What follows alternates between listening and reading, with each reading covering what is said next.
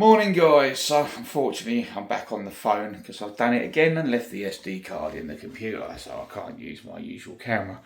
So anyway, today we're going to cut the worktops, get the sink cut out, put the handle tracks in, just do what we can to push this kitchen on, and then we're going to have to pull off until the replacement unit turns up, but it is what it is. Believe it or not, obviously when I do my videoing I post some of this on other platforms, because my main video content is for YouTube, as you guys know, but because I do it in segments, I can then upload them to different platforms. And somebody called me an amateur last night on one of my videos. No context for why I was being called an amateur. I just decided to call us amateurs. Well, whatever floats your boat.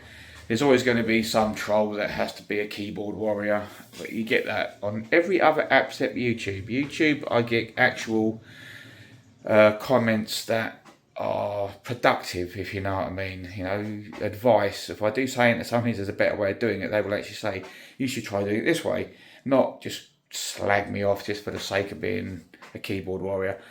So that's why I prefer YouTube. YouTube is definitely the better platform. But anyway, today, plan of attack is to put our handleless system in. So we're going to run our handle system through here. We're going to try and gauge it so that it's roughly in place.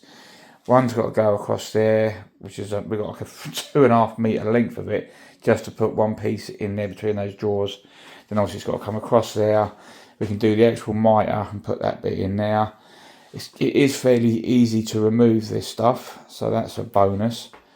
So hopefully we can take it out quite easily when we go to slide this unit in. We're going to fit that worktop, we're going to cut and length that worktop, and we're going to cut and scribe that worktop. But I'm probably going to leave them loose so that we can lift them out to help get this corner unit in. This one I might leave in, and I might do the joint here on this one and get it all scribed and looking nice, and then the sink can be plumbed in and left in. But I don't know yet. It all depends how the day pans out and how easy these are going to be, these handleless system bits are going to be. I don't want to say we can do it and then come across another problem later on. But anyway, so I'll drop my glasses. Anyway, let's crack on and see how things pan out. See you in a bit. Right, so we're looking at this handleless track system. Now they're giving us a 4 metre length and I think it's like 2.4 metre length, so plenty of it. So I've cut one of them, cut the 4 metre length in half so that I can get it in. I've measured it out, 1.6 is the longest I'm going to need. So what I've done is basically got one of the long lengths, we've positioned it roughly in place.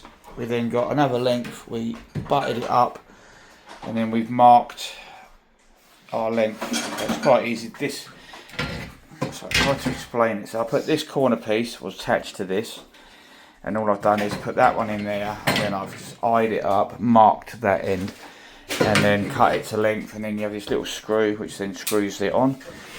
Shift that out of the way just for a minute, and then you've got these little blocks. You have to slide these little blocks in. So I want a block there, a block there, and a block there. Shouldn't need one there.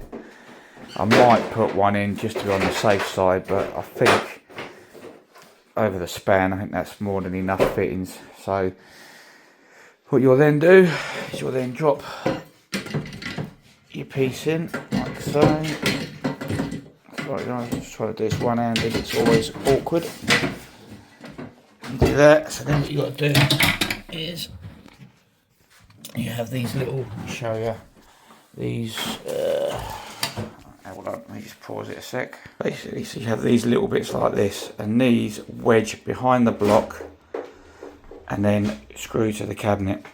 So as you can see there, it's just been pushed in, and then that will then screw to the cabinet.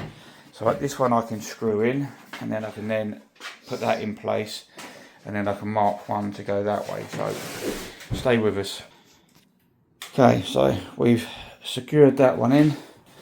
We can now slot this one in.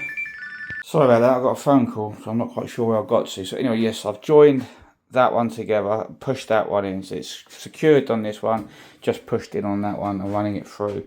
Now if you look here, you can see the joint. this piece is almost bang parallel with that piece. Obviously that creates the corner. So by right, you should be able to butt this one against that one, like so, and then mark it like I have there at the length. It may need to be a little bit shorter, but we can try rather go, so I'll make it a little bit longer than that. So I'm going to cut it just blades width longer than that. I'll put the L bracket on, and then we can jiggle it and wiggle it and trim it to get it just right. And then once I've got it roughly on this one, cutting the other one will be just a measurement, straightforward. There you have it. So that's pretty much how it's going to be. So what we need to do now is put some brackets there, some brackets along there to secure that all in. Do that one, which is a straightforward straight cut with a couple of end caps on it. Happy days. Really not too complicated, but that's the handleless system for you. But anyway, let's get stuck back in. Right, so had a conversation with the client, come up with some decisions. We've smashed the front edge off that windowsill, and because of the height we've got here, we can afford to put a batten on here on top, and then clad and wrap our splashbacks up and round by going, even though that's quite high now, that's a decent size. If we cut another 20mm, it would just make it look more like an upstand, I think, rather than trying to keep it that shallow. It's only in 8mm, so even if we come to sort of there with our splashback, I think it'll look a lot nicer. So anyway, we've cut that one to length. These corners, unbelievably, are actually pretty square. These are all square cuts, and as you can see, hardly a thing out of place. Even here, yes, it's got a 3mm gap there, but when I put a white silicone bead or a silicone bead around that, you're not going to see any of that. It's fine. So what we're doing now, okay, so these are sitting on top with offcuts just to balance them up so that we can mark the underside, because we're going to do butt joints. So we've done a pen line along the bottom there. I know the edge banding's got to come off, but I want that couple of mil tolerance so that I can drop this in without the risk of damaging the laminate on top or the veneer. I've done a line down here, we've scored a line where the edge banding's got to come off. We've done that on both sides. I've also, if you look on this one, we've routed a 10mm slot for the LED strip that's going to be going in the bottom of the worktop, and that is designed to sit just in front of the back of this so that it'll light the track up. So I've done that one, we've done this one, I've still got this one to do, but this is the first one I'm going to take out and cut to length with the router, and then I can do that at the same time. I'll do the bolt holes in that, then that can come in and sit there. We'll do the same with this small one, take it outside, do the router it to length, do the bolt holes, get that out of the way, and then we can slide that out, because it does slide out. Then we can lift it and then take it out through the front door, router our strip in it, take the edge banding off, do the bolt holes, bring it all in, and basically I reckon we can get away with bolting that one together and doing the joint. We can cut our sink out in here. I'm not going to, because it's so awkward to try and lift it in. I think trying to cut it outside would be awkward. This I'm going to leave loose, because obviously I want to be able to lift that out, take that unit out, throw our unit in there next week, level it all up, do our corner filler, put that unit back in, blah blah blah, put that in, cut the hob out, drop the hob in. That's a job for next week. But if I can get this one and this one finished today, at least then I can have a working dishwasher potentially by the end of the day, a working sink by the end of the day, and they've got a working kitchen because we've got oven and microwave working. So basically all by the hob, this kitchen will be pretty much up and running hopefully by the end of the day. So let's get stuck in. Right, so about to cut the left hand bit of worktop, and because it was marked on the underside, if I tried to router that cut on the underside, I could potentially get breakout on this front edge, because my router would be coming out and spinning outward and could destroy this front edge. So what I had to do, as you can see, I had to transfer my lines from the bottom to the top, and then we've gone 9mm back from our lines, because that's going to be where our router blade hits there. So we've got to allow 9mm. So I'm going to do this a little bit at a time and cut this off, and then that'll be that one done. We'll flip it over, do the bolt holes, do the same on the other one on the right hand side, and then we can then look at getting the long length out and do the final tweaks on that one. So stay tuned for more, guys. Alright, so I've done that, I've routed that off. Unfortunately I can't film much of me doing this stuff because obviously I haven't got my actual camera with me and I ain't got my phone stand. Now some of you are going to ask, why do I not just use my plunge saw? Well, I've done it with a plunge saw before and I've had a wonky line, so it's not worth the risk. Doing it with the router, you will get a perfectly true line every time, because you're governed by a pre-made bit of kit there, and as long as you know what you're doing, you're going to get it perfect every time. So now I've done that, I'm going to flip it over, do the bolt holes, take it in, check it for fit, and then we do repeat on the other side. So all the worktop joints are done now. I'll take all the edge banding off using my flush cut router like I've done on the previous videos. Routed out all the LED strip lines, all the bolt holes are done. Now I'm going to admit, my heart missed a beat almost a couple of times. The first one was on this one when I was doing the edge banding. I've got a pen mark there, but that is purely because I marked out my sink on the other side to do the cut, and I almost took my edge banding to there, and luckily I clocked it. And then I did the same thing on this side, but I thought I'd gone too long. But then I realised this piece of worktop on this side is 50mm longer or wider than that one, because Wren's oven housings are 50mm deeper to incorporate pipework and ovens, which is not a bad shout. It does make them step out a bit more, which is why the hob housing is deeper than the 400 unit that's next to it. That explains the difference, because it's 50mm difference, because they've brought it forward to allow more room for ovens. So that's not a bad point from Wren's point of view, to be fair. But anyway, I'm going to flip this over, I'm going to cut out the sink, and we're going to get this in, get the sink in, do one joint, and then that's going to be almost us for today, I think. But anyway, stay tuned for the rest of the videos, guys. See you in a bit. So worktops are all in position. They're not fitted yet, I'm just fitting them now. So as you can see, they're in. We've got a silicone sink hole. I'm just doing this joint now. I've already double checked, make sure it all lines up. So what I like to do, glue the low section. I've got to leave a bit at the top, so I've got to allow for the colour fill stuff. Do the same on that side, slide it in together.